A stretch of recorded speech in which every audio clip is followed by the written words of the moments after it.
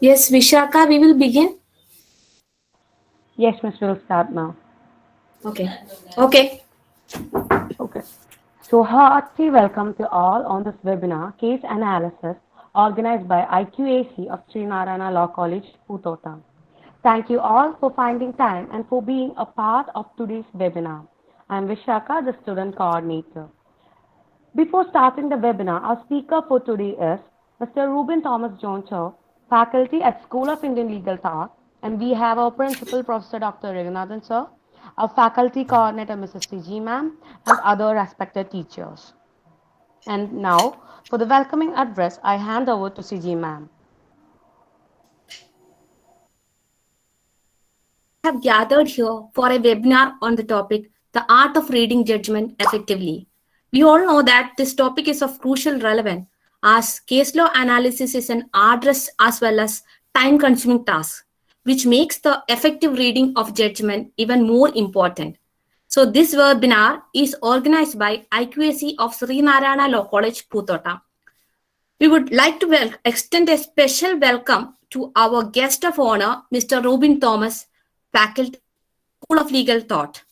He is an alumni where he did his LLB honors and completed his post-graduation from Maastricht University, Netherlands, with specialization in public international law and international human rights. He has spent visiting research scholar terms at University of Leuven in Belgium and Institute for Human Rights, Finland. We once again welcome you, sir, on behalf of Srinarayana Law College, Putota. I heartily welcome our beloved principal, Dr. Raghunathan sir, for all his constant support and encouragement for the successful conduct of this webinar. Lastly, I welcome all the participants, students, and faculty who have joined this webinar. Thank you so much, ma'am. Now, taking our webinar further, I invite our principal, Dr. Raghunathan sir, for delivering the presidential address. Okay, good evening to all. Our chief guest of the day, Mr. Ruben Thomas John, faculty, School of Indian Legal Thought.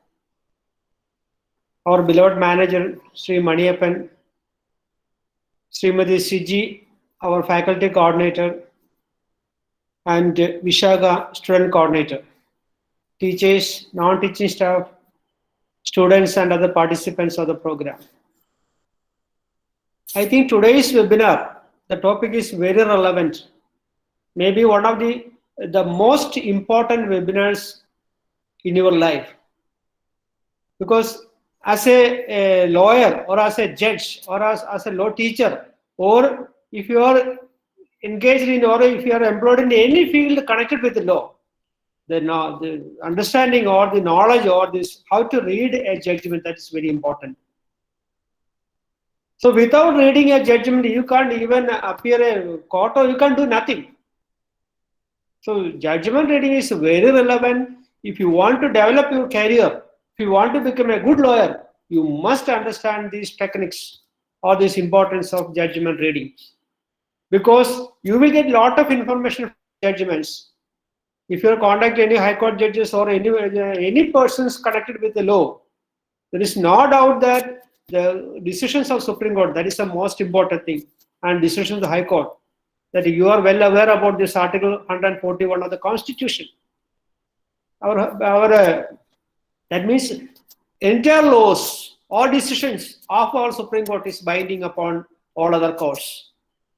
That means the decision of the judgment or decision of Supreme Court is the most important factor or most important thing which helps you in almost all occasions. So you read maximum judgment and you understand what is the content of the judgment. You have studied the meaning of the judgment in the CPC and other statutes. So you know that normally a judgment of a Supreme Court contains 300 to 500 pages. Now the question is that is it possible to by heart or read the entire portion? If you are in a position to read the entire portion, it is well and good, very good. But in most of the occasions, it is not possible. A senior lawyer is engaging with a lot of cases. So it is very difficult to read the entire portion or read word by word. It is impossible. In certain occasions, there are more than 100,000 pages of the judgment contains more than 1,000 pages. Then what is in the judgment? You have in the jurisprudence, you have studied the meaning of the ratio decidendi. What is the meaning of ratio decidendi? In a judgment, we can divide into two parts. The entire judgment can be divided into two parts. One is the ratio decidendi. That means the law of the decision, the rules of the decision, or the principles laid down by the court in that case. That is the ratio of the case. That is the most important thing. The second one is, the other part is obiter dictum. The finding of the ratio decision, that is very difficult. Nowhere in the judgment, judge says this part is the ratio decidendi, or never mentioned that this is the ratio decidendi, this is the principle, this is the rule. You will not get such a word, such a sentence from the judgment. So you have to read. But in certain occasions, it is very easy to find out the ratio, because the reporter says in bold letters, explained in bold letters, this is the ratio of the case. We can't depend that thing as a ratio, because that is the opinion of the reporter, not the judge. If you want to understand the idea or this intention of the judge, you have to read the judgment. At least you have to go to the last part of the judgment. So to find out the correct ratio, you have to read the judgments. No other option. There are a lot of, you will get a lot of information from the net. All these things are taken by the author of that article, reporter. So if you want the correct judgment, you want to understand the that judgment in a true sense, you have to go read the original decision, original judgment. That is the only option.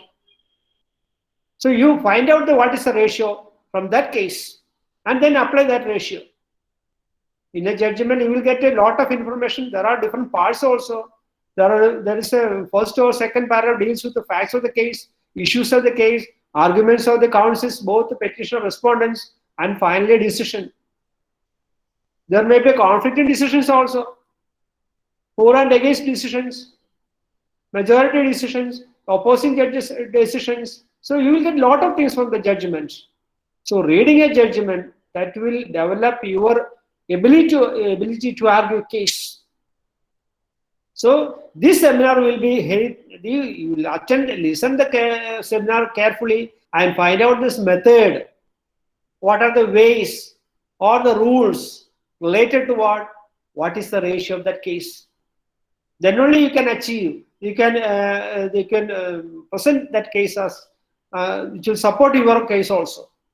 So reading a judgment, find out the ratio, that is the most important with respect to a judge, with respect to a lawyer, a law student, law teacher, and all other persons connected with the law. So this seminar will be a crucial one. I have no doubt that this seminar will change your future also. If you want to become a good person, or if you want to improve your career, you make a thorough understanding about these rules of the art of reading judgments.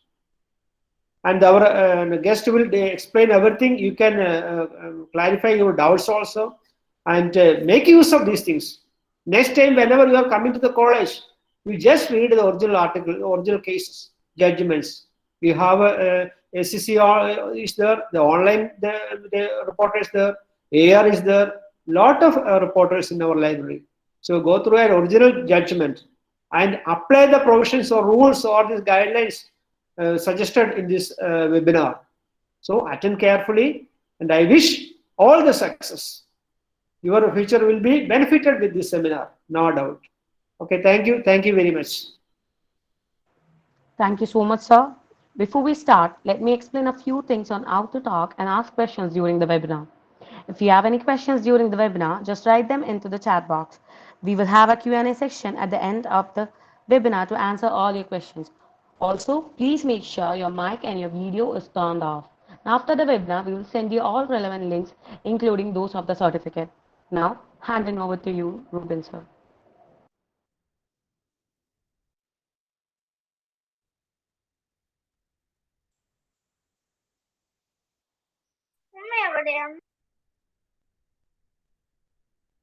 Sir, we can't hear, sir. Ruben, sir, we can't hear.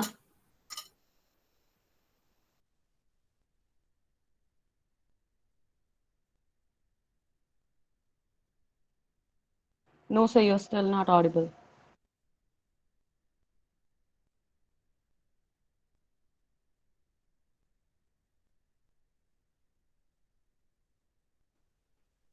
Nitin, please check the volume.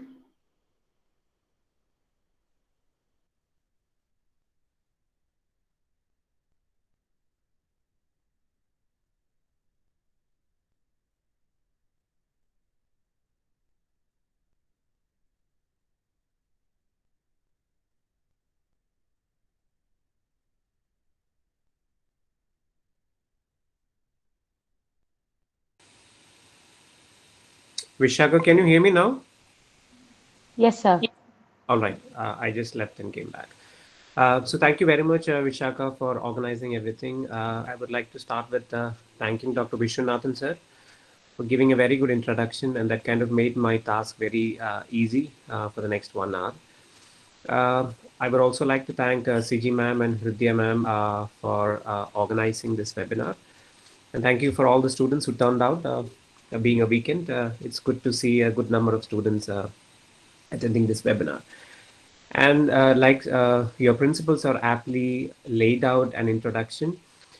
He mentioned one thing, that the reading case laws is one of the very important aspects that or skills that you would acquire over your 5 years in law school.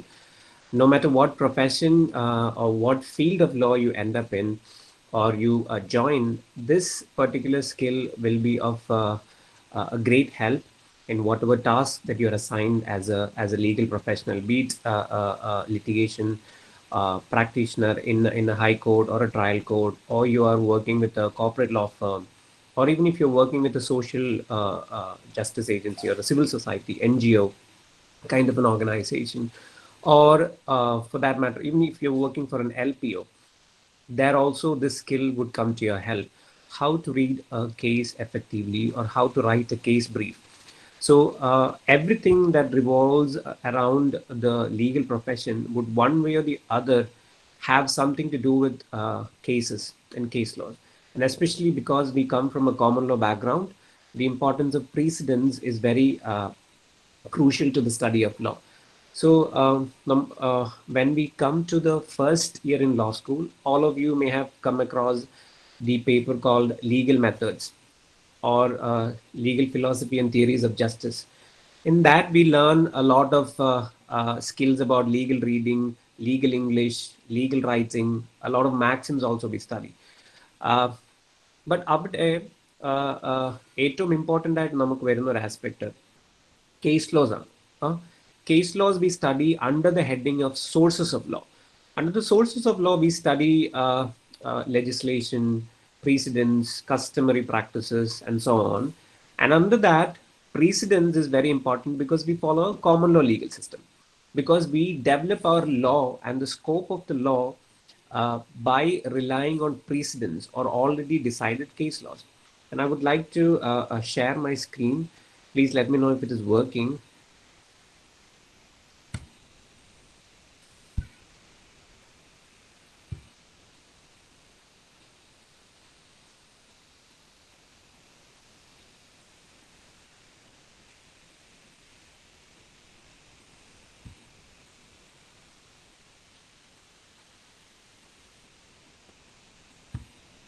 Can you see my screen? Yes, sir. All right. So I have divided this webinar into these segments. First, we will look into the importance of case laws. Then we'll briefly look into the idea of question of fact and question of law. And then we will look into a good reading technique. What involves a good reading technique. Then we'll also briefly look into how to do the art of case analysis for different purposes. And then We'll look into the Safai Karamchari Andolan's case, which was circulated to you beforehand. And at the end of this, we will have the Q&A session as well. So the importance of case laws coming from a common law background is that we would have to come across many assignments and tasks as part of our law school curriculum. And that legal research often starts with the research of statutes and regulations, which often is considered as the primary source of law, legislation, right? So we start whenever there is a question that we have to answer in law school primarily, we look into what is a relevant statutory provision.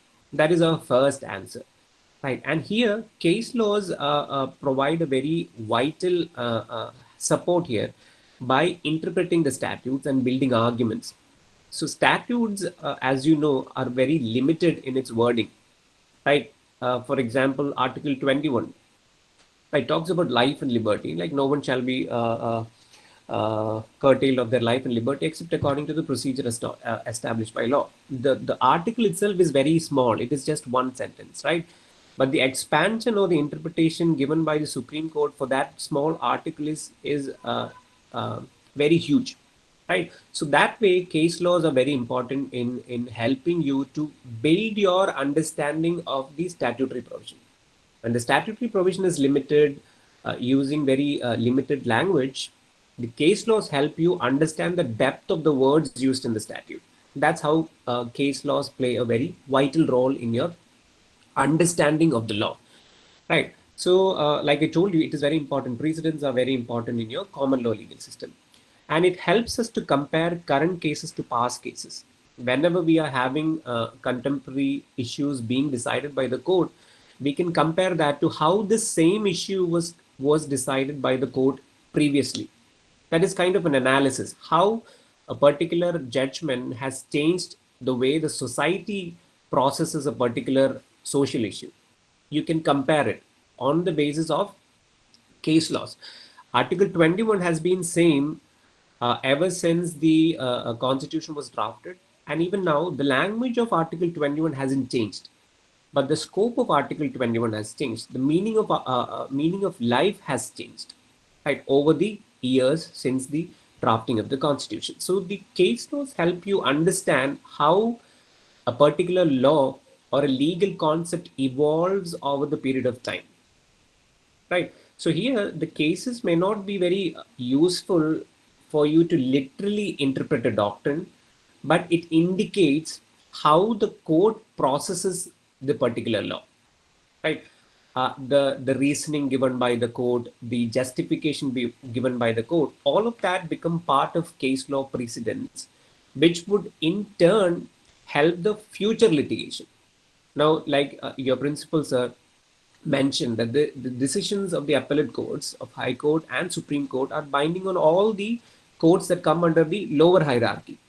So it is binding. So whatever decisions that are passed by the Supreme Court are applicable or binding on all the future laws or future disputes that may arise under that particular statutory provision, right? So the cases in that way indicate the pattern in which a particular law evolves, the trends that a particular law goes through, and it also opens the way for innovation in interpretation, right? So when we talk about innovation, for those of you who have studied constitutional law, know the case of Vishaka versus State of Rajasthan, right? When it was first before the Supreme Court of India, we did not have a domestic law that dealt with sexual harassment at workplace. At that time, the bench that considered that particular case were very innovative in the sense that they looked into the international protection, the UN documents. So, and that's how that case was decided. And now today we have a specific domestic legislation that deals with sexual harassment at workplace. So that sense cases are very helpful in supporting the judiciary in bringing up innovative techniques in interpreting a statutory provision. Now let's look at some statistics. I've taken only very limited numbers from here. As of 2nd July 2021, the number of pending cases before the Supreme Court of India is 69,212. Out of this, the constitution bench matters are in a number of 447. ഇതിൽ തന്നെ 5 judges bench ഉണ്ട്, 7 judges bench ഉണ്ട്, 9 judges bench ഉണ്ട്. So this is again divided there. You can see the numbers there, right? So when we say that these many numbers of cases are pending in Supreme Court of India, and out of which 447 are constitution related matters, you can see the importance of matters that come to the Supreme Court of India, right? As a common man's understanding, we all know that not every dispute comes to the court. Sometimes people resolve the dispute out of court also. So a significant number gets reduced there itself. And now out of the number of cases that actually reach the court, how many move on to the appeal stage is again another screening happening there. So you cut yourself again significantly the number of cases that move from the trial court to the appellate court. Now, even if a case manages to reach the Supreme Court, except for cases that has original jurisdiction Supreme Court, that where they can directly go to the Supreme Court, but in many of the appeal cases before the Supreme Court of India, many cases may get summarily reviewed, or many appeals may be dismissed based on the fact that it is a frivolous appeal, right? So many of the cases that reach the Supreme Court of India may not necessarily get a significant judgment. It may be a 1 or 2 page judgment.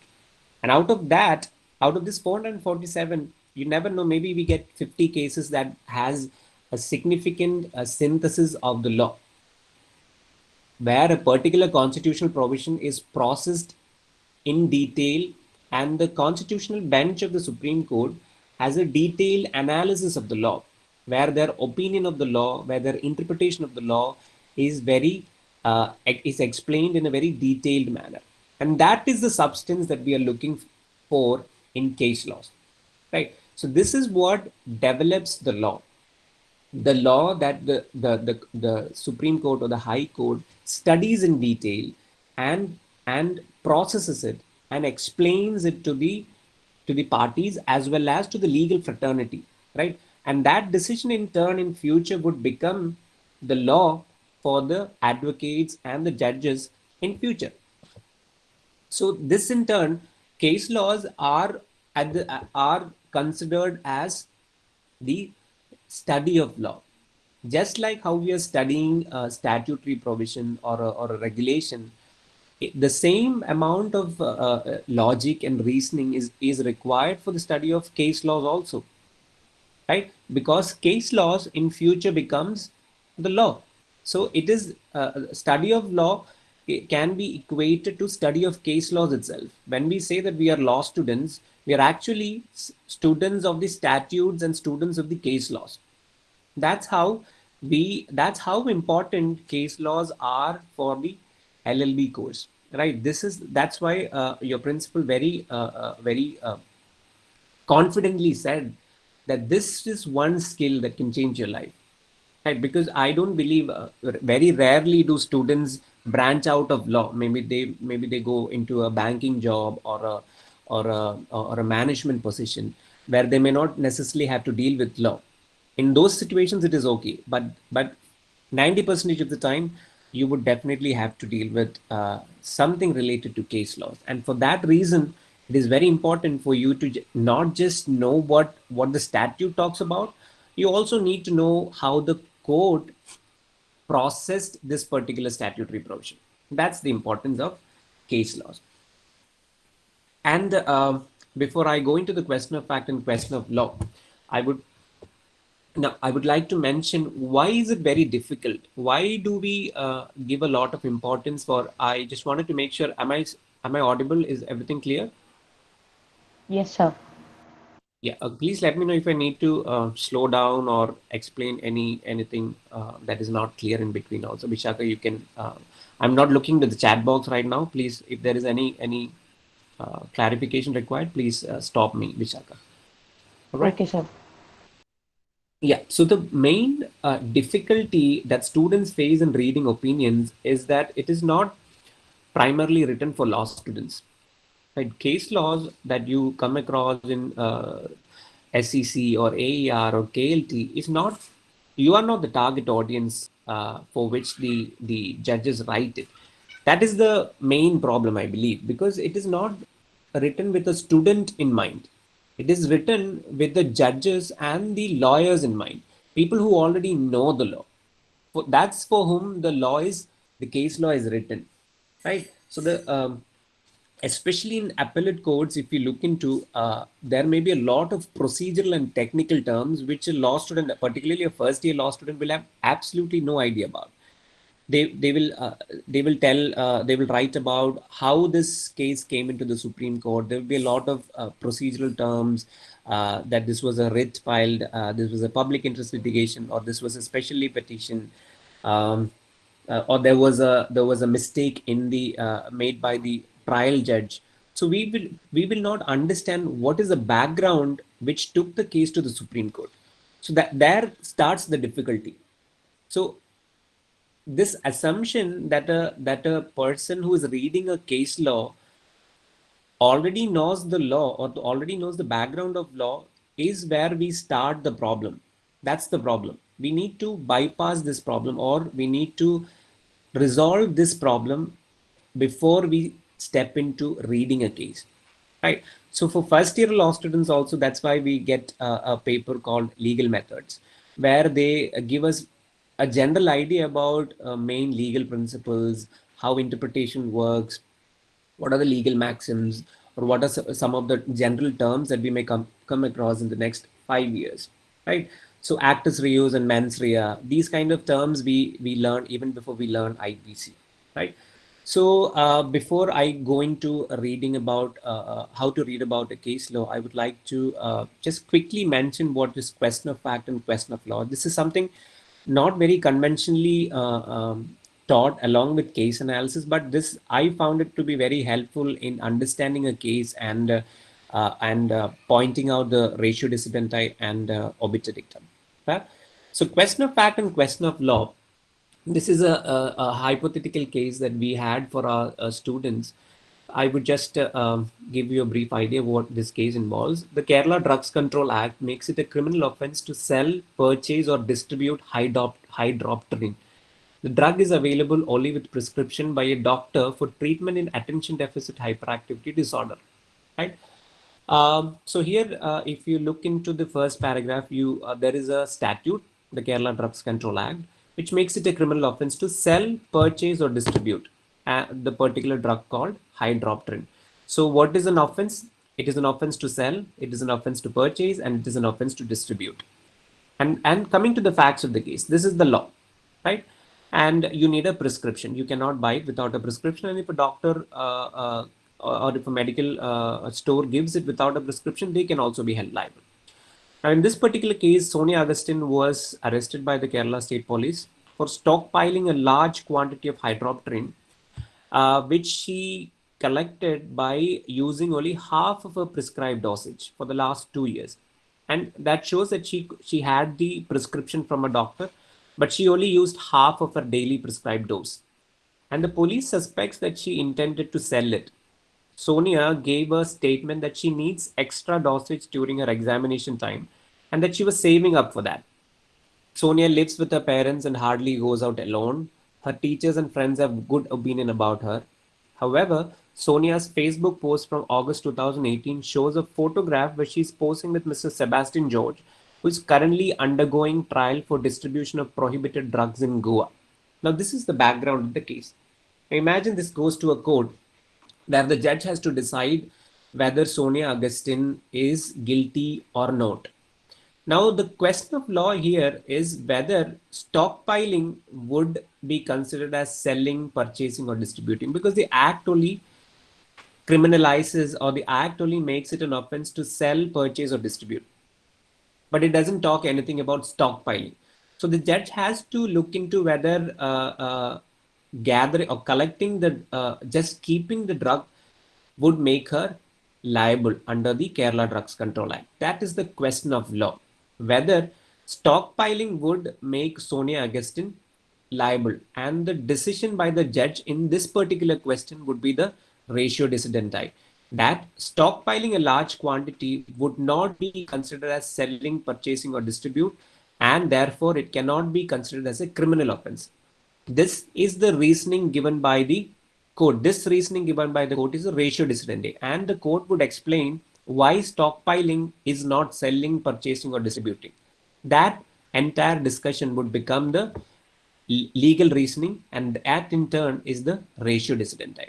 And whatever else the judge decides or writes in the context of Sonia Augustine stockpiling the large quantity, like for instance, it talks about a Facebook post, and this being a criminal trial, there would be evidences, further evidences that would corroborate her relationship with this man who is already on trial for drug charges.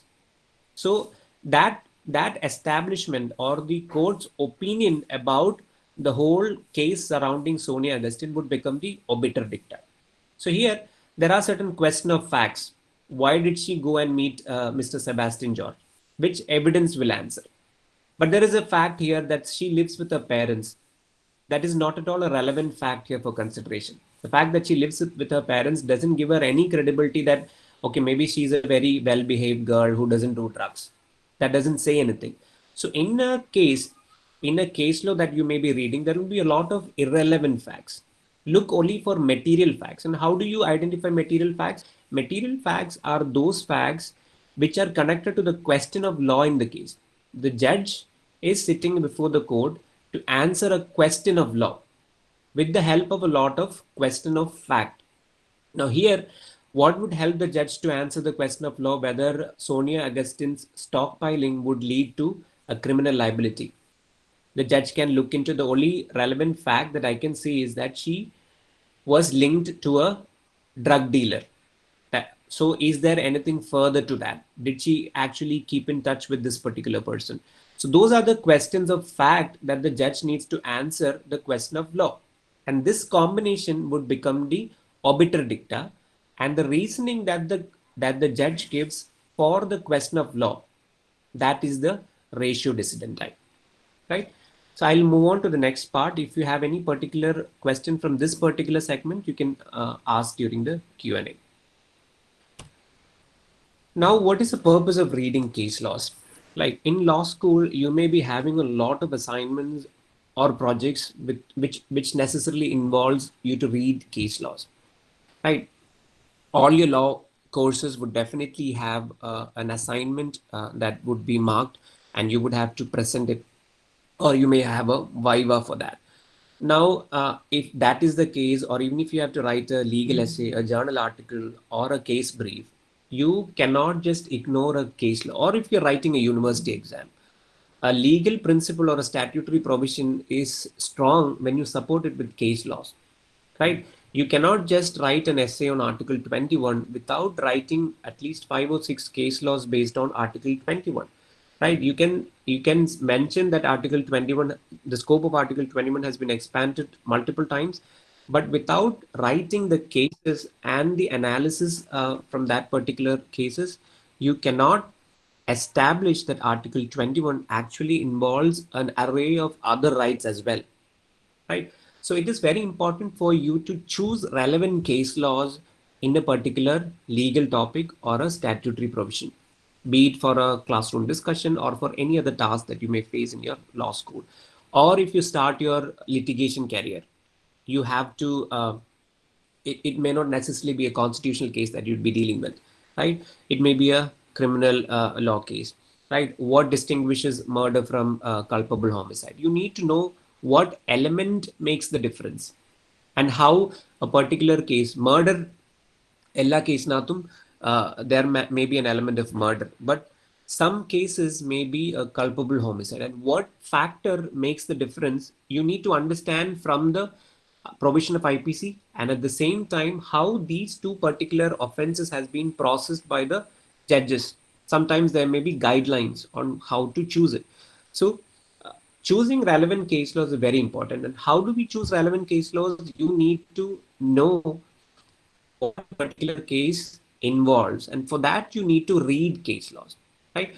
And as law students, one of your first encounters would with a case law would be from your textbook, right?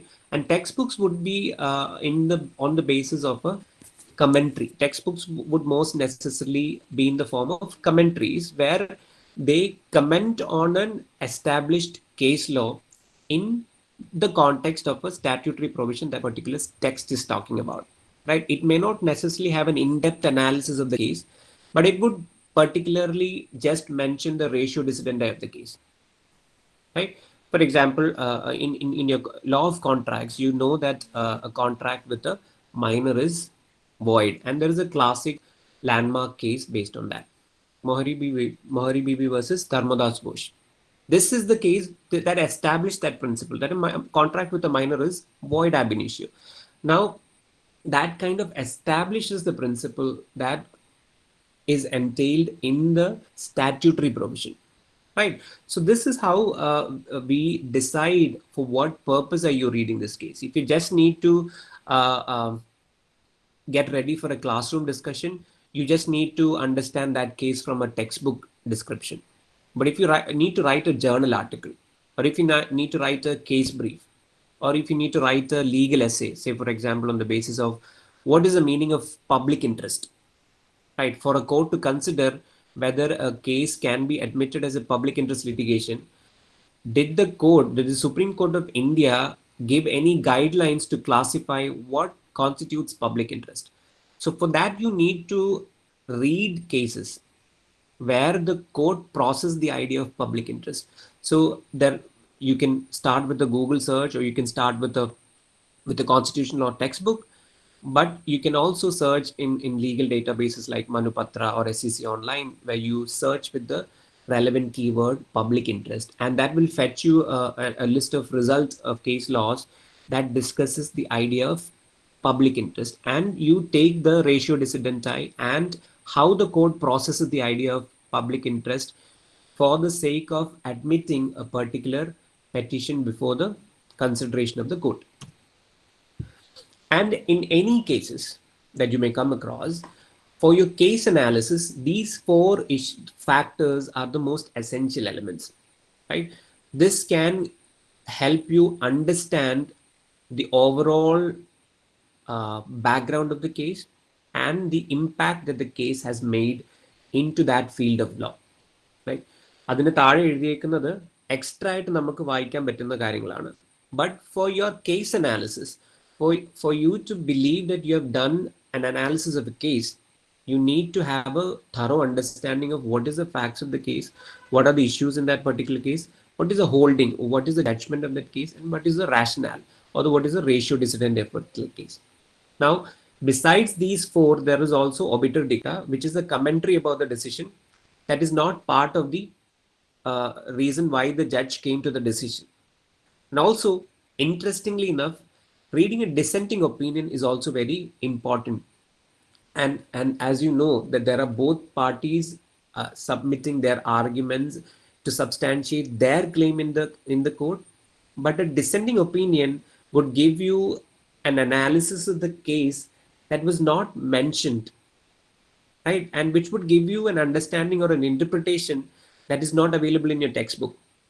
This is a particular way that the judge processed this issue, which the majority of the court did not see. But that doesn't invalidate a dissenting opinion, right? A dissenting opinion still would be helpful for you to interpreting a particular provision. And arguments of the parties is very important, and those students who are participating in moot courts and all would know that how important arguments are for, right? Because most cases that come for moot courts are based on Supreme Court and High Court cases, and the arguments raised by or leveled by these advocates for that particular case can be used as such, right? It may not necessarily have become a successful case, but their arguments are still valid. It's just that the judge decided to go with the argument of one of the lawyers there and ignored the other argument.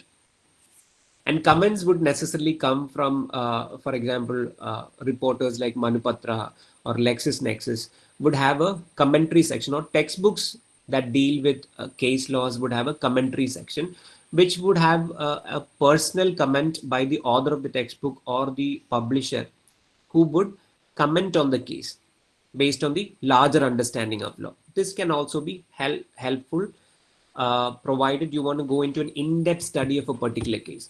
So reading any case would necessarily involve your understanding of facts, issues, holding, and judgment, and your rationale, right?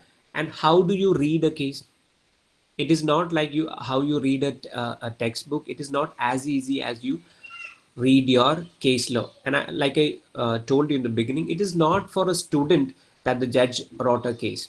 So it is not going to be very easy for the student to read a case law or a precedent just how he or she reads a textbook. So you need to orient your reading.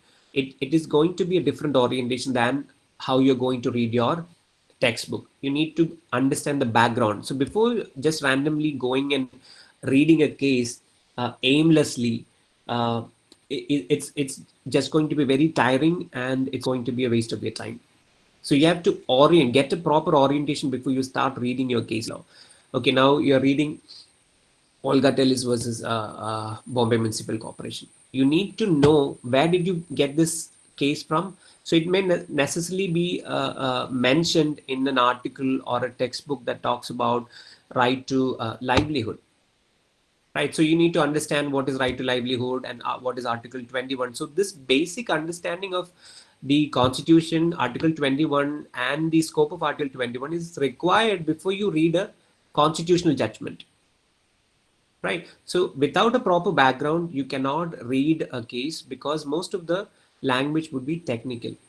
Or before you understand the provisions or the offenses mentioned in IPC, or the factors that contribute a particular offense, or what are the standard of review in criminal cases, or the standard of proof in criminal cases, e concepts mansilava, if you're going to read a particular criminal law or judgment, you would be at loss, because you can spend a lot of time reading, but at the end of the day, you may not have anything to reproduce. Right, so get a proper orientation before you start reading. And now, for you to understand the facts of the case, you should understand that when a matter reaches for the appellate procedure, the court doesn't try the facts. The facts are tried in the trial courts, or the evidence and the merits of the fact are considered in the trial court, and these things are not reiterated or considered again in the appellate stage. One, it is a waste of resources. For that reason, we would necessarily maybe have the need for the number of judges in the Supreme Court at the same as the number of judges in the trial courts. So we have less number of judges in the appellate courts, so they don't have the time and resources to try the facts again. So the facts are settled at the trial stage, and for a matter to reach the appeal court, there would be something wrong with the way the law was analyzed or the procedure was analyzed. There could be a procedural irregularity for a matter to come to the appellate court. So the court would be looking into what procedural irregularity helped the party to bring the case to the Supreme Court. So you need to understand how appeals work, how the procedures work. Now, what are the requirements to file a writ petition? What are the requirements to file an appeal in a criminal case? What are the requirements to file an appeal in a civil case? So a procedural hierarchy is also very important for you to understand the facts, because in an appellate decision, the facts would be very limited. There won't be a detailed explanation of the facts. But more than that, there would be a brief summary of the facts. But more than that, the kind of facts that are mentioned in an appellate judgment are based on directly the question that the appellate court is dealing with. Right? Like I mentioned, the question of law and question of fact. Those facts that would help the appellate court to decide the question of law, only those facts would be mentioned in an appeal judgment. And more than that, the appellate court would list out the procedural history on how this case started and how this case was decided by the trial court and how did the parties decide to go for appeal. So procedural history would also be there. This is also part of the understanding facts of the case. right? So these are the facts of the case. And to identify facts, there would be many keywords like the court observed that, or the trial court held that, it was proven in the trial court. So these kind of keywords, if you look into, those are the keywords that would help you identify where the facts are laid out. Mostly towards the beginning of a judgment or a case, you would be dealing with the facts. So that's where you need to look for relevant facts. So how do you help yourself by identifying what are the relevant facts? It is by orienting yourself. Why are you reading this case? Or to elaborate which particular statutory provision are you reading this case? And that would help you limit your reading only for the relevant facts. And identifying coming to the next stage is identifying the legal issue. What particular legal issue does this case answer? What is the question of law that is on consideration for the court? We will look into the Safai Karamchari case in a minute. And practically we can see how all these steps would work out in that particular case. So identifying legal issue would be whether Sonia Augustine violated a provision of the Kerala Drug Control Act, or in a constitutional case, if there is a violation of Article 21, or if there is a violation of Article 14, or if there is a violation of the fundamental right to freedom of speech and expression. So those are the legal issues. Something relating to a statutory provision which is required of the judges to give an answer. That is the legal issue. So the question of law is the legal issue in the particular case. So you need to skim read the entire cases where it is talking about how do you identify what is the legal issue. It may not necessarily be very helpful depending upon the reporter. They may not tell you, okay, now these are the issues in the particular case. You may have to find it out. That's part of the case analysis, right? So you need to identify if the judgment mentions anything about statutory provisions. Right, if you see Article 14 mentioned in the judgment, you see what particular question are the judges trying to answer in the context of Article 14. That is the legal issue of that particular case. Okay, now the court is trying to answer whether in the background of this case, or whether in the facts of the case, there is a violation of Article 14 or not. That is the legal issue.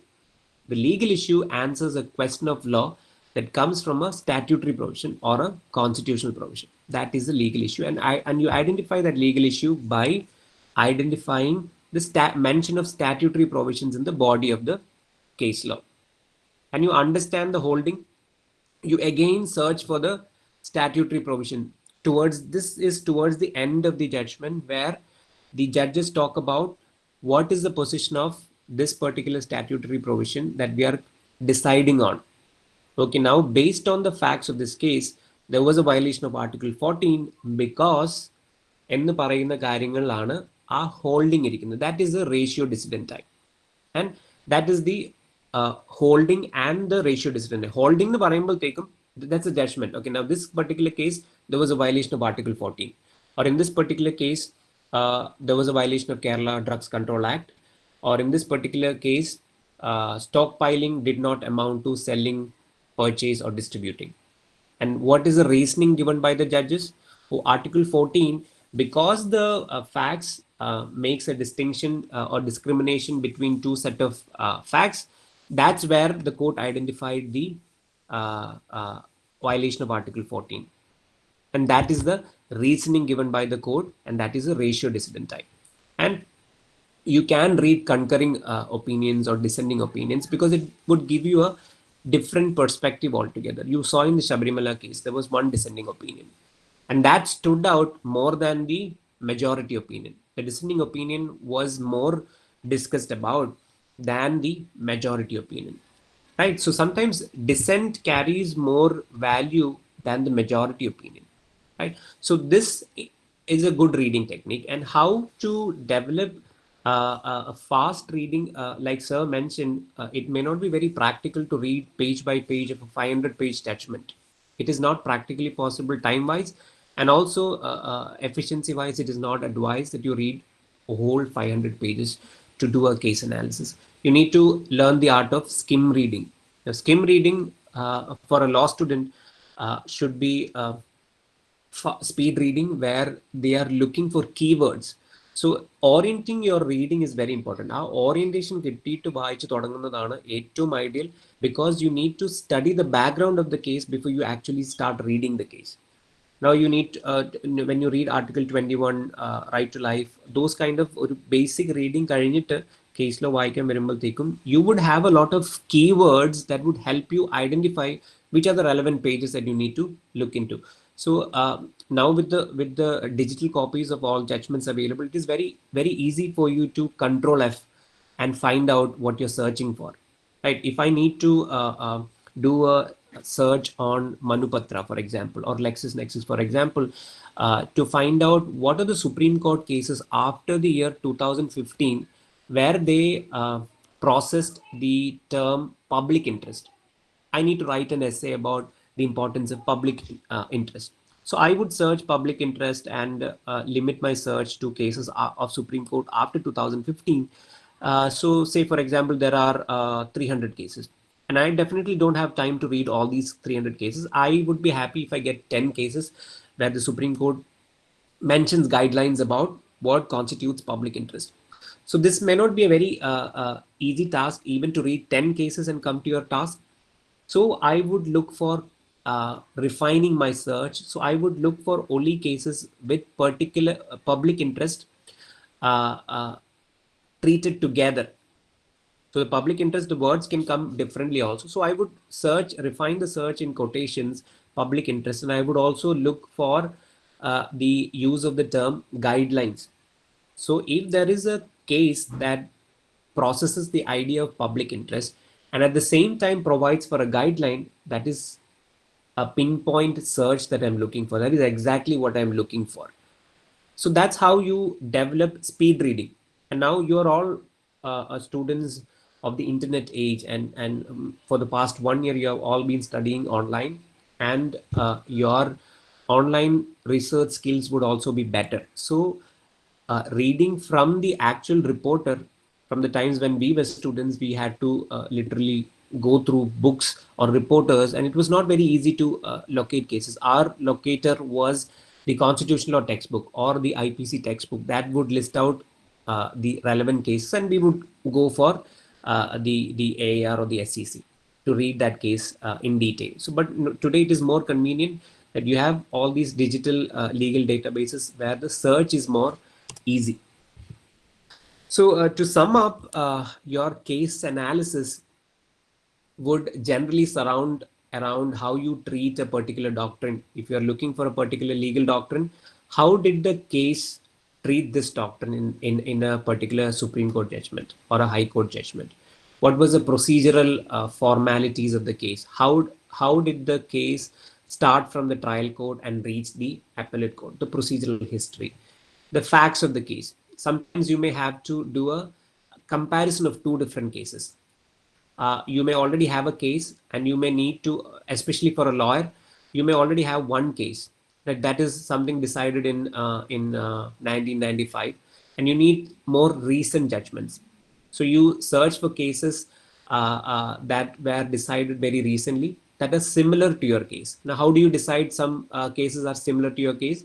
You look whether the factual situation of the cases are similar. And if it is not very similar, you may even be allowed to distinguish the cases, right? So that all of that becomes part of case analysis when there are dissimilar factual situations. But you can draw an analysis or a parallel between these two cases because the common gene of two different cases are the same.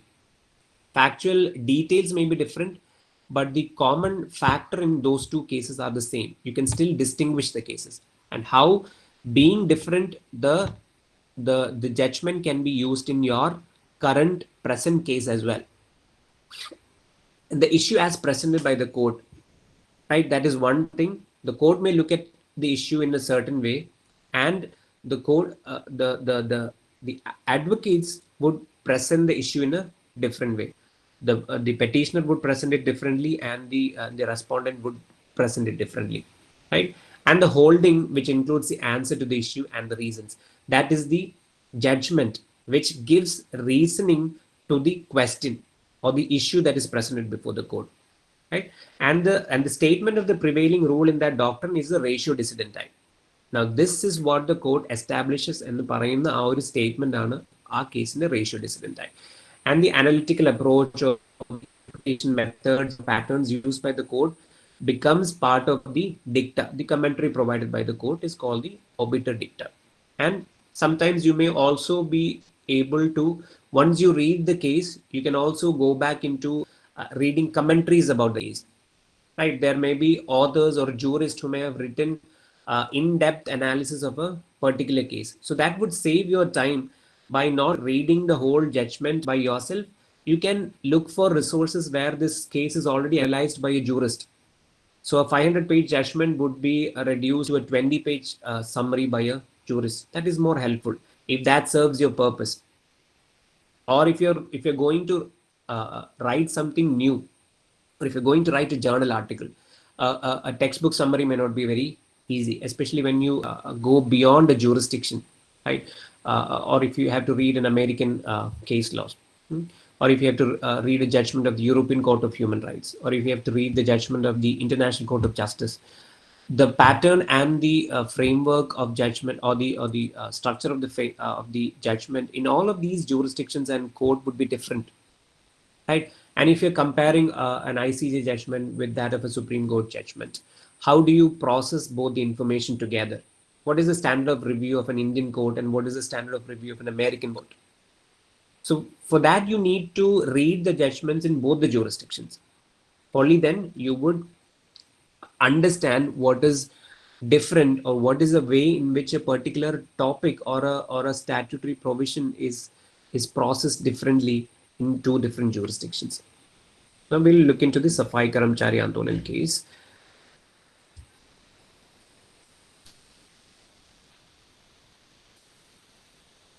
Yeah.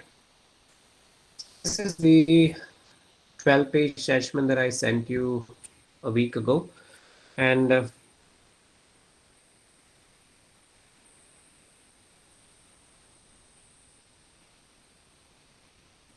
a document that I would skim read would look like this because it is in a PDF document that you'd be reading a judgment. I generally highlight and annotate. If it is a judgment that I need to go in detail, I would annotate also.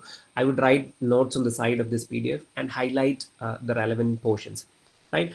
And now, as you know, this is a judgment of the Supreme Court, which is filed as a public interest litigation under Article 32 of the Constitution, praying for, if you look into my highlights, it prays for the issuance of a writ of mandamus.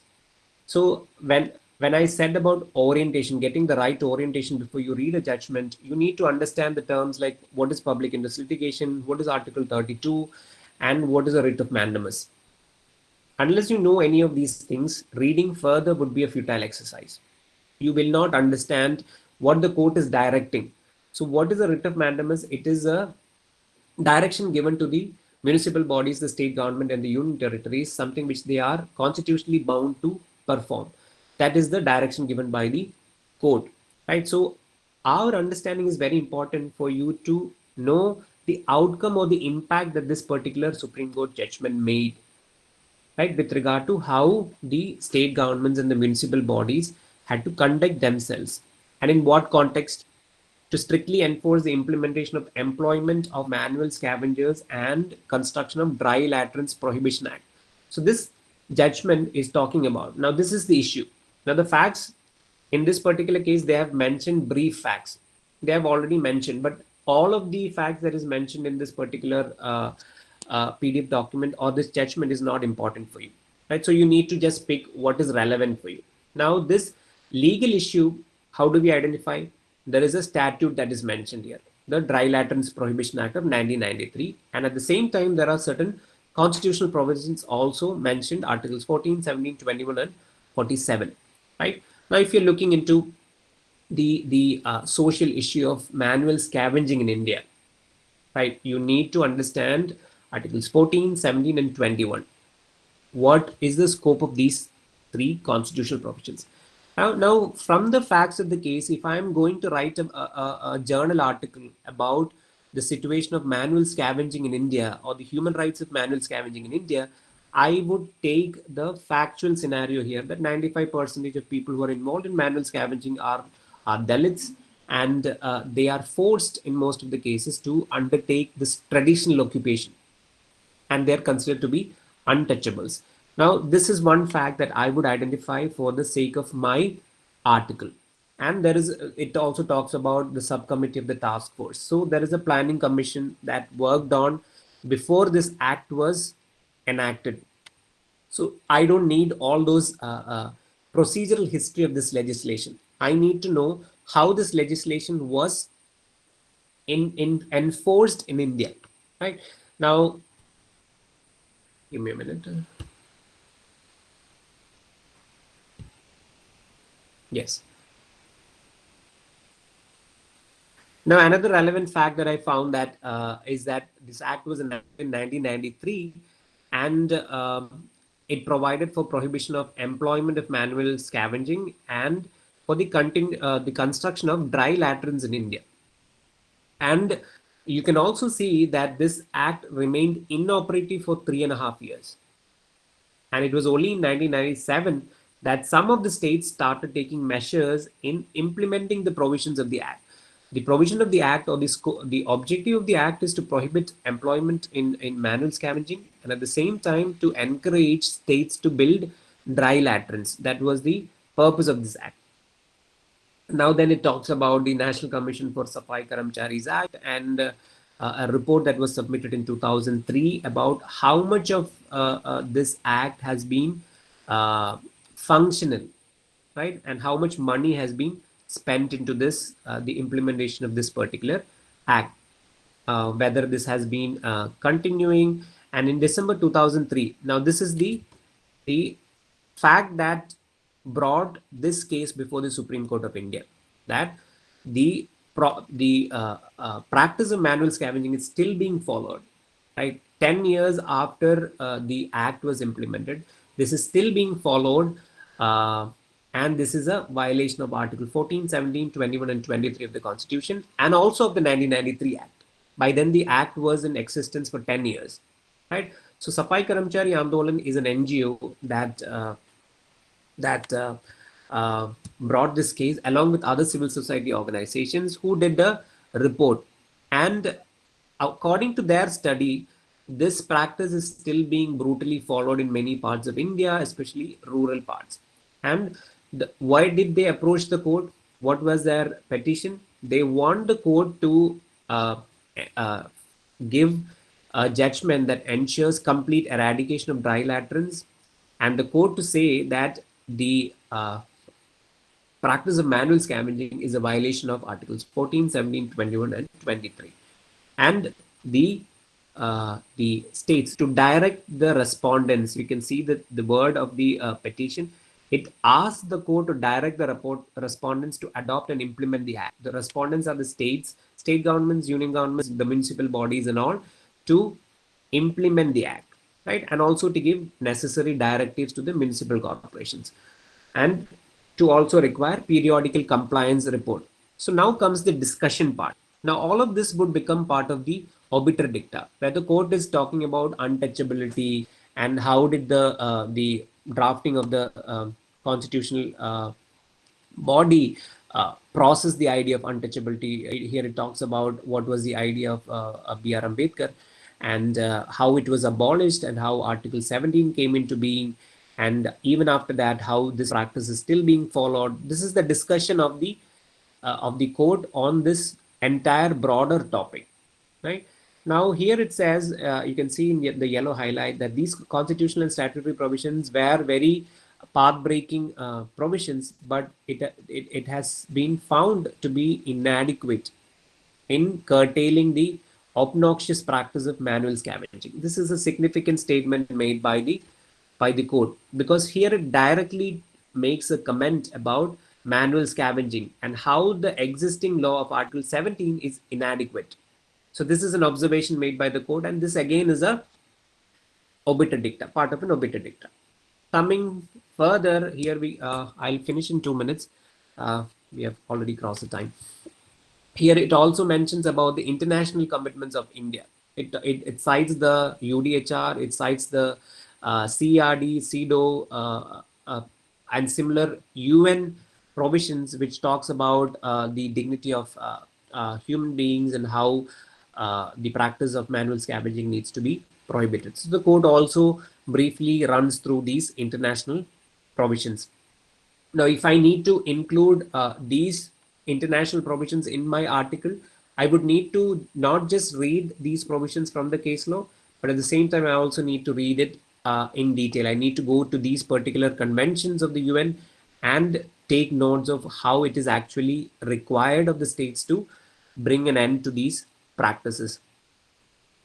So the court considered this as a petition as a continuing mandamus. So that means that over the period of time during which this case was processed by the Supreme Court, several orders have been passed by the court, which has even led to the to the enactment of a new statute. You can look into the highlights of green, which says, due to the effective intervention and directions of this court, the government of India brought an act called the Prohibition of Employment as Manual Scavengers and a Rehabilitation Act. So another act was brought in 2013. So from the moment when this started in 2003 to 2013, there is another act that comes into the scene, and also multiple directions have been given by the court. And the data collected by the petition also made it very clear to the court that dry latrines do not exist in many interior parts of India, right? And the additional solicitor, here it talks about the additional solicitor general who represents the respondents. So he says that the central government has taken acts to curtail the practice, and the act follows these provisions. So this new act of 2013 makes the local authorities responsible and makes provisions for the construction of dry latrines, right? And these are all excerpts from that particular new statute. And coming to another relevant part of this judgment. Yeah, here we have directions by the court. This is also part of the judgment. We have already noted various provisions of the 2013 Act, and also in the light of various orders of this court, we issue the following directions. This is the judgment that the court is giving as a direction to the central government, the state governments, and the municipal bodies of India, that the persons included in the final list of manual scavengers list, they shall be rehabilitated. I've just highlighted the relevant terms, right? Rehabilitation, it talks about a one-time cash assistance. It also talks about a scholarship provision for the children of manual scavengers. Also talks about allotment of residential plot and financial assistance for house construction. Eligibility of a family member for a monthly stipend or a training in livelihood skill. So these are the directions that the government gave with regard to this particular question. And here is something that the court again states: we hereby direct all state governments and union territories to fully implement the same and take appropriate action for non-implementation. So this is the holding. This is the main holding of the court, where it says that, okay, now the court came to the conclusion that the state governments and union territories and the union government has not been very successful in implementing the provisions of the 1993 and the 2013 Act, right? And the court is giving directions because it is a writ of mandamus. So that is the judgment of the case, where the court is giving mandamus directions to the 1 minute. Yes, I'll stop the screen and the matter has to be implemented further. The court takes it responsibility of, because it was a continuing mandamus, and the further responsibility is given to the state governments and the union governments to implement the provisions of both the acts, where dry latrines are constructed and the manual scavengers are rehabilitated by giving them financial assistance or education for their children, right? And at the same time, many state governments, on a practical information sense, Delhi government adopted prohibition of manual scavengers. Like drainage cleaning and all is done with the help of machines. Some engineering students from Kerala invented a machine that could clean a robotic hand that could clean drainage and sewage in the municipalities in Kerala. So this has been adopted by many cities in across different states in India. So this is a part of the impact that this particular judgment has made, right? So I would write my article based on this particular case, and at the same time, all the information that I got from this particular case, I would process further. I would read Article 14 further. I would read Article 21 further, and I would also read all the international provisions further. And that's how would I would write my article. That's it. I've come to an end. I'm sorry for the extra 10 minutes that I took. I'll be available to take another 10 minutes for questions. Vishaka? Yes, sir. Thank you. So, if participants, if you have any questions, please put them in the chat box.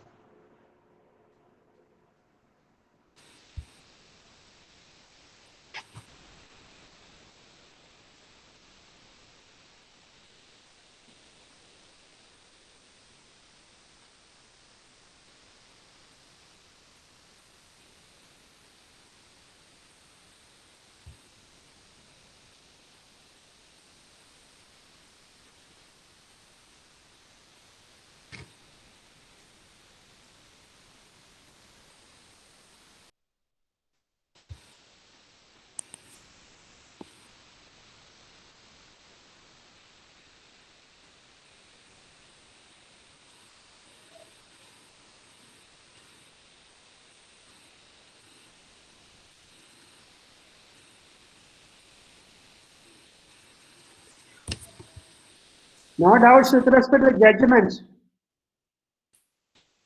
Students,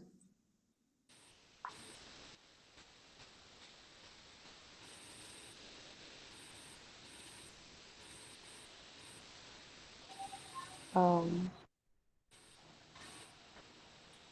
if you have any questions, please put them in the chat box. I see a There question is one by question.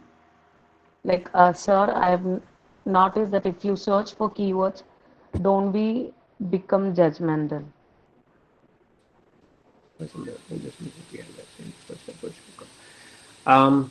Geeta's question that if you search for keywords, don't we become judgmental? I don't know how exactly she meant.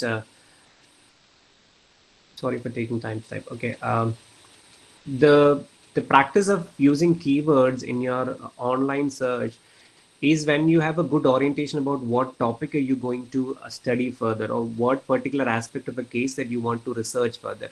So it would only help your search time lesser. That is the only help that you would get. I don't think that would be in any way judgmental or being biased in your search, because you're uh, laser focused on what you want from a particular case. If you're looking, like I mentioned in the example, if you're looking for an interpretation of public interest, you don't need anything else from that particular case. You only need that part of the case which talks about public interest. Anything else would be a waste of your time. Geeta, did I make it clear?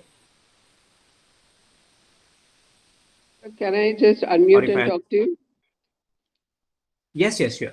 Please. Because I'm taking a while to discuss it by just chatting. Sorry. That's Basically, what I notice is when I try to read a case from the Google, it runs through pages after pages. Yes. And I'm not in a position to sit continuously and read it, till I come to the end.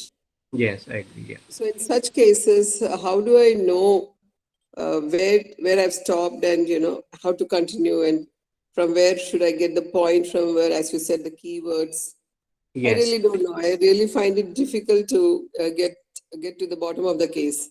I understand. That's why I said that good reading technique is very important for you to read longer pages, because it is just like how you are searching a needle in a haystack. That's how difficult it is. You're just looking for one piece of information in a lot of information, right? So that's how important orientation is. So you do not start your search until and unless you are very convinced what you're looking for or what particular aspect you're looking for. And this is where textbooks become very important. You read about a topic, you understand the topic, you read some textbooks that has written on this particular topic, and then you start your search. That would help you streamline your search. Otherwise, it is just like you're randomly going on the internet and asking for, okay, now, what is the meaning of public interest given by the Supreme Court of India? It will fetch you as many number of cases as that mentions public interest. But if you go into a particular textbook of constitutional law, and you know that there are 5 fundamental or landmark cases that the Supreme Court has already laid down, which talks about public interest. So you limit your search to only those 5 different cases. And especially, this is especially if you don't have access to a legal database, and only if you're relying only on something like Google, right? So you filter your search based on the keywords that you identified from your study of the topic. You study the topic first. There are certain keywords that would help you as a guiding light towards what you want from the internet resources. So online resources, Natha, whatever we need, we can filter it out. That is one advantage of online resources. So aimlessly searching or aimlessly reading will not be very helpful. It will only be a waste of your time. You have to have a purpose, and you have to have a particular goal in mind of what you intend to achieve from this search. Is that clear? I got the point what you're talking about, but what I really experience in my reading capacity, maybe which understanding capacity maybe could be low. What I feel is I need to get a gist of it first, Yes. to go Yes, ahead. Yes, because this only comes with practice. This is not like a magic formula that I just mentioned that That's right. if you follow these techniques, then everything will be very easy. This only comes with practice. You may have to read hundreds of case laws before you master the technique. And I know for a fact that many of the lawyers who are practicing it, from their own testimonies, I know that it took them many years to understand the art of reading a judgment and citing from a particular judgment for a case that you're representing in the court. So this is kind of a lifelong learning for all the law students, and for us also as a continuing legal education for professionals who have already graduated. In my own journey of studies and research, I still face difficulty in reading an ICJ judgment or looking into a jurisdiction that I'm not familiar about. For example, I read a lot about economic, social, and cultural rights. And for that reason, I may have to read constitutional court judgments from South Africa, which is totally different and which is again very detailed. So I need to understand how I need to orient myself with the way law is processed in that particular jurisdiction. So it is kind of a lifelong learning technique. But at the same time, if you know the right techniques, you can save a lot of time without wasting reading the irrelevant part of a case. Yeah, you have come to the point. How do I find out which is the irrelevant part of the point? How do I assess that? Like I mentioned in the question of law and question of fact, there are question of facts which do not help answer the question of law. So those facts which do not help answer the legal issue that you're looking for, just skim read those. You don't need those things to answer your legal issue. So in this particular case itself, in the Safai Karamchari case, only those facts that would make a violation of Article 14 or that would help the judge establish that, okay, now this is violation of Article 14. That is a relevant fact for you. Anything else is not. But at that time, won't I miss the point if I do like that? Won't I miss something that is supposed to be important in that part? Not if you are very sure of what you're looking for. If you're very sure of what you're looking for, if you're only looking to understand how is the Safai Karamchari Andolan case processing Article 14, I don't need to know the report about how states have failed over the years. I only need to know how manual scavenging violates the Article 14 of a particular group of people. The rest of the things are not. If I need to write an essay on this particular case, yes, there are not much facts that I can avoid. I need to look every factors that were processed by the judges in the court. But if I'm only laser sharp focused on Article 14, the rest of the discussion is not relevant for my search. I hope that is clear. I normally take about minimum 3 to 4 times reading for a case. Yes. Is that what average of people do, or just by reading? That is through it? completely normal. It's completely normal. Yeah. Okay. I would also personally encourage students not to just stop with one reading. Depends upon what task they are allowed. If they are asked to write an assignment, yes, one proper reading is okay.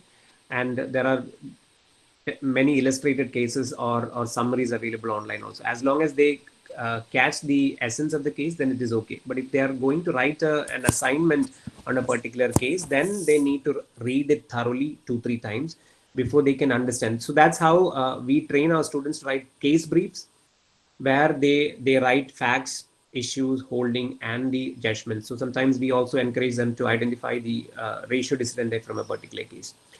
So the process over the 5 years helped them to pick and choose what they want and avoid what is not relevant for their particular assignment. Basically, I think it's a skill that you need to develop yourself, no? Yes, you definitely need to cultivate this this skill, and it is not even 5 years law school, you cannot master this art. You keep learning this. Yeah, it looks like, because when I try to read one case, I reach nowhere.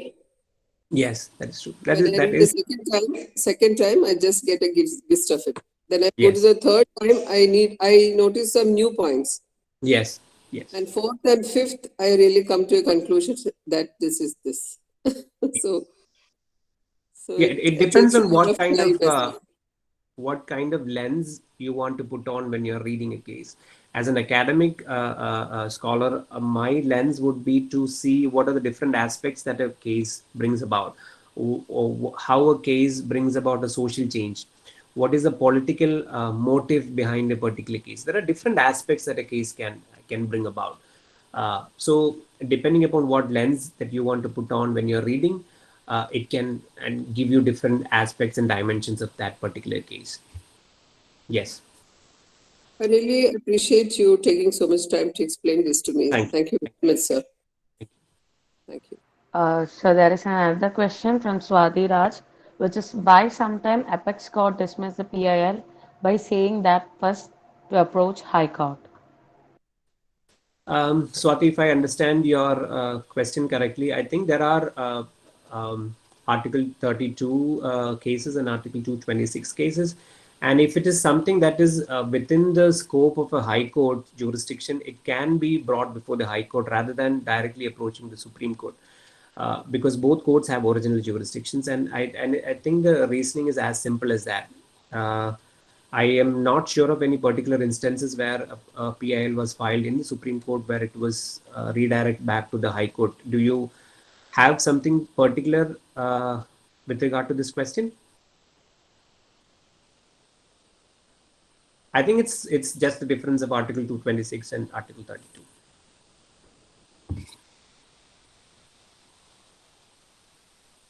Sir, I think Vishaka? he left the meeting. Oh, okay. So I think there's another question by Prashant Sudarshan, which is first thanking you, and then he is asking what are the best sources of law which students are to read upon a case law and summaries. Yes. There are many excellent legal databases available, but unfortunately, all of those are very highly charged, and these databases are not available to almost all law students. But some of the free resources that are available from Google are India Kanun is a site that I personally use whenever I don't have access to Lexis and Manupatra. I definitely go for this particular site. Case summaries and all, there is a pro bono public which is a student-led initiative which summarizes the judgment given by the Supreme Court. So if you look into the last 2 years, this particular group of students, I can share it with CG ma'am, the PDFs, and you can maybe take it a look. It's a wonderful initiative by students where they summarize Supreme Court judgments. So one of the most recent publications that they came up with was the matters relating to social justice that were decided by the Supreme Court during the COVID pandemic. That was an excellent compilation of cases that the Supreme Court came up with. And besides this, for case laws, a free resource that is available for you is all the state judicial academies has a site, has a formal official government site, Kerala Judicial Academy, or for the Jharkhand Judicial Academy, JJA. And that would have judicial snippets. If you search online, you can see judicial. Yes. So this has an excellent resource of cases, summary of cases that were decided by that particular state high court, as well as some cases some landmark cases from the Supreme Court as well. So this is a free resource. So these two resources you can look into. Other than that, most of the resources are paid, and which would not be easily accessible by the students. So for case laws and summaries, these two are the resources. I can send both the links with CG ma'am. Yes. Okay, so it looks like sir answered all your questions. And now, Ruben sir, we have learned a lot about reading a judgment and are very much indebted to you. And I deem it a great honor and privilege to propose a vote of thanks on this webinar. First and foremost, I thank our speaker, Ruben sir, who despite his busy schedule, found time to take class for all of us. Thank you so much, sir. I also express my heartfelt gratitude to our principal for his valuable contribution, and my heartfelt thanks to CG ma'am for her support, guidance, and encouragement. I owe special gratitude to all teachers of Srinarayana Law College for working hard behind us, and also Siddharth for the technical support. Now I thank all participants who are presented here for their participation and their encouragement. Finally, I leave you all with this inspiring quote by Franklin Roosevelt. Take a method and try it. If it fails, admit it frankly and try another. But by all means, try something. And also, I'm posting the link for the certificate and feedback form. You're requested to fill it. Thank you, sir. Thank you, everybody, and have a great day. Thank you, sir. Thank you, Vishal. Thank you, Raghunathan sir. Thank you. Thank you, Robin. Thank you, sir. Thank you. Have a nice evening, all of you. Thank you. Thank you, Robin, sir.